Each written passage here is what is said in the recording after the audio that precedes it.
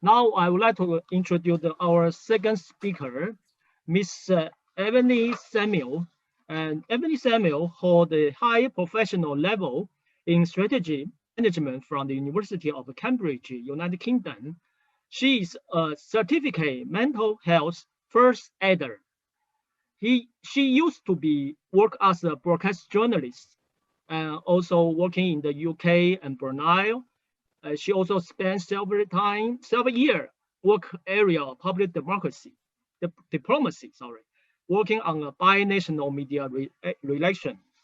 Today, she would like to present a topic about very practical approach to dealing with the pandemic. Now, Mr. Samuel, floor is yours. Thank you very much indeed. Can you hear me? Yeah. Okay, great. The thing is that no matter what the circumstances are and what the situation is, our audiences require a very, very high standard of performance from us, and that's the reality. So that's what we're going to look at.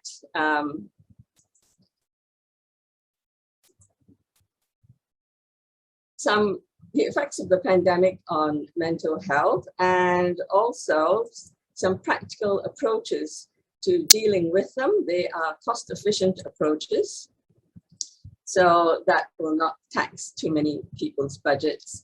The impact of the pandemic is prolonged uncertainty, and that has meant that, you know, all the excitement that we have felt before in doing our jobs now has escalated to distress, burnout, and even spillover. And the fact is that there is just not much certainty in what's going on and difficult to plan. It's very difficult to plan cash flow from the organizational point of view, as well as from personal points of view. And the reality is also that there is a bit of concern about going out to work because we don't really know what is coming next. And then again, how are we going to incentivize or excite or keep our teams motivated? Moving from uncertainty to control.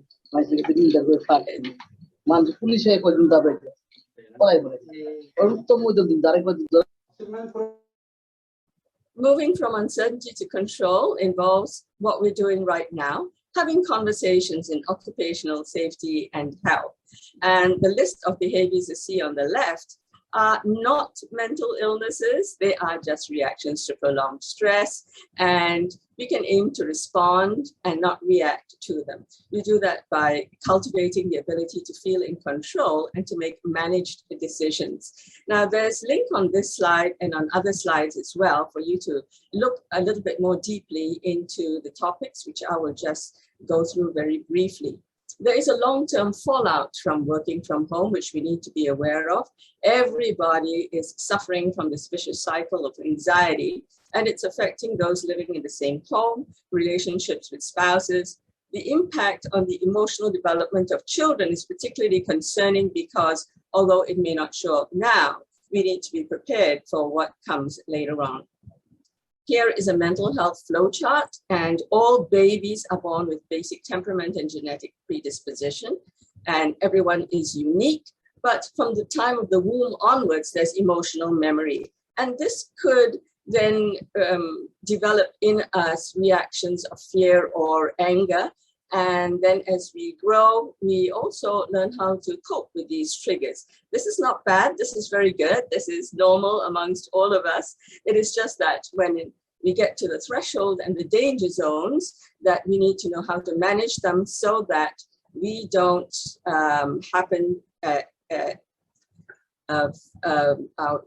get into an emotional shipwreck. And so we need to know how to, encourage interventions from the community, from professionals, and people like that.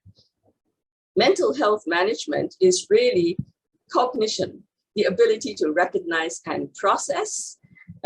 It's because the left-hand side, mental wellness, is about being very, very clear. And the right-hand side is when we can't think or perform clearly. And so we really want to stay in the middle to the green zones. so that this does not affect our performance on the job, decision-making, accidents, and all those kind of things. And this is where occupational safety and health comes in.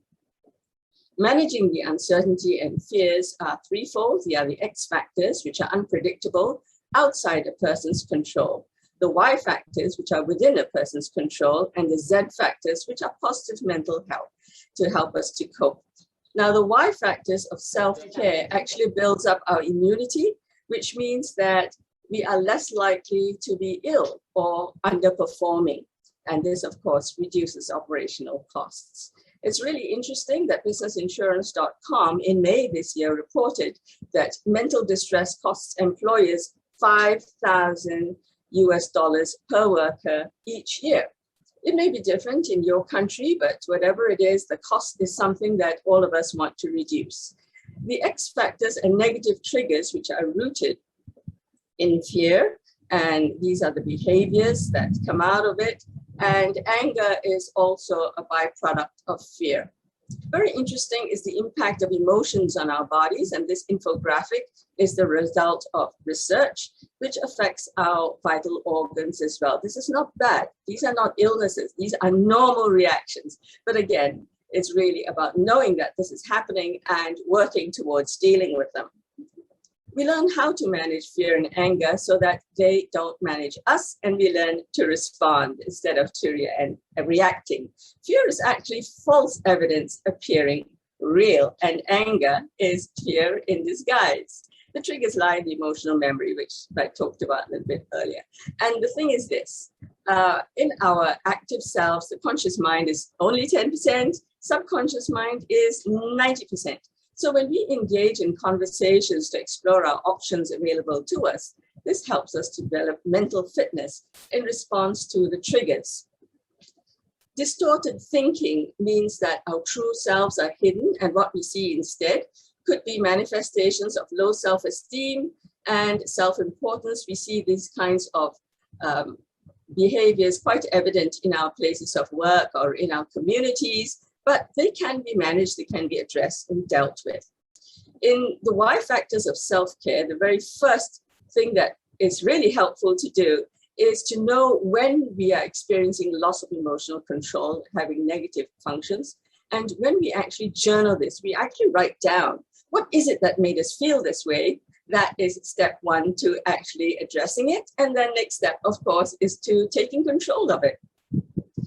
There are three main building blocks of self-care. They are getting enough sleep, because 7 to 8 hours is essential for repair and recovery. As you probably know, deprivation of sleep is one of the factors that is used as a form of punishment. So don't do that to yourself. What we eat also affects not only our performance, but our moods as well, which in turn affects our performance. Same with exercise, strength and mobility. Just being able to be flexible and moving around helps us to feel better and to perform better. None of these happens automatically. We actually need to talk to ourselves and motivate ourselves into actually employing all of these. Another really important factor is drinking enough water, because dehydration also can cause mental confusion. Here are some red flags to be aware of. And when these persist, it's important to take note of them and talk to someone whom you trust before they escalate. If you're experiencing loss of interest in life, lethargy, sleepiness or insomnia, loss of appetite or overeating, difficulty in concentrating, fuzzy-mindedness, and hopelessness, well, if these are existing for 2 weeks or more, then it's very possible that depression could be setting in.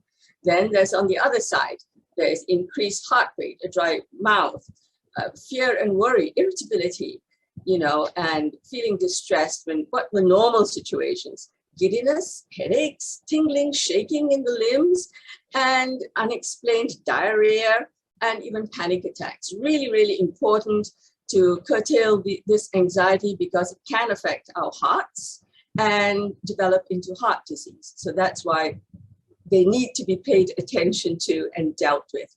Healthy habits result in happiness hormones, and having those hormones created in us, they actually work with our brain. The neurotransmitters are the message paths in our brain, which help us to feel good and on top of form. If we feel anxious, instant relief is breathing. Breathing deeply is instant relief. So self-talk is really about you plus plus. It is the you and the reactions of the nervous system, which tell us whether to be alarmed or whether to calm down, and telling the brain what to do in order to calm down the system. Neuroplasticity enables us to respond instead of react, keeping us in balance. It aids recovery, even in severe mental illnesses. I've known people with schizophrenia who are able to work because they know how to respond to the triggers. The Z factors for responding and not reacting are self-confidence, ability to set boundaries, emotional resilience, high levels of stress management, to be able to manage difficult people smoothly, to have good health, sharper problem-solving skills, clear decision-making, lowered health and safety costs, and this is where the magic occupational safety and health programs can actually help to develop these things. Moving from fear to resilience, open up about how you feel. We're all fearful, we're all anxious, talk about it. Reframe, discuss options to different approaches to situations. Money, the lack of it, or where it's going to come from, is on everybody's mind right now. Learn about alternative ways to earn online, whether it is as a corporation or organization, or even as an individual. Make professional friends and broaden social networks to understand what's going on out there. Find out about online psychosocial support and how to access it. Know and use the mental health resources available in your own country, because these are the ones that fit into your particular cultural and legal context. It is important also to look at what kind of medical insurance there may be. Have fun and relax. Practice kindness even when you don't feel like being kind, because it's your brain telling your body how to react, and you see how that can affect your physical health. If medical insurance is not as you would like it to be in where you are in your country, this is a good time to start lobbying your insurance providers, because the pandemic gives a lot of evidence for it. What about our employees and how to keep them happy? Well, people all need to feel loved and belonging, and they want to feel heard. So I do know of companies that have weekly competitions to share what's going on, just, hobbies, recipes, successes, failures, jokes, to make each other laugh. Bereavement is also really important these days. And so we need to know how to handle that, because quality relations equal quality of life. What are social skills in the pandemic looking like? Make more video calls to keep in visual touch. Practice listening skills to be sounding boards. Don't sympathize, empathize instead, because sympathizing means you take on the other person's negativity. So when we empathize, we can understand and help the person to rise above it. Online group activities, virtual competitions, learning about the grief cycle of bereavement, what to say and when to say it or not to say, that's important. Be aware of diminished coping skills. They may signal potential suicide. Identify those at risk of suicide and arrange or learn psychosocial support to help your community. So a summary then of mitigating prolonged uncertainty is practicing the basics of self-care. None of these needs to cost very much. Keeping good relationships with peers, colleagues, supervisors. Also, not being afraid to access mental health and psychosocial support. Practice physical distancing. We're still going to keep doing that. We're going to have to, while staying socially connected, because we're all in this together. We need to protect each other.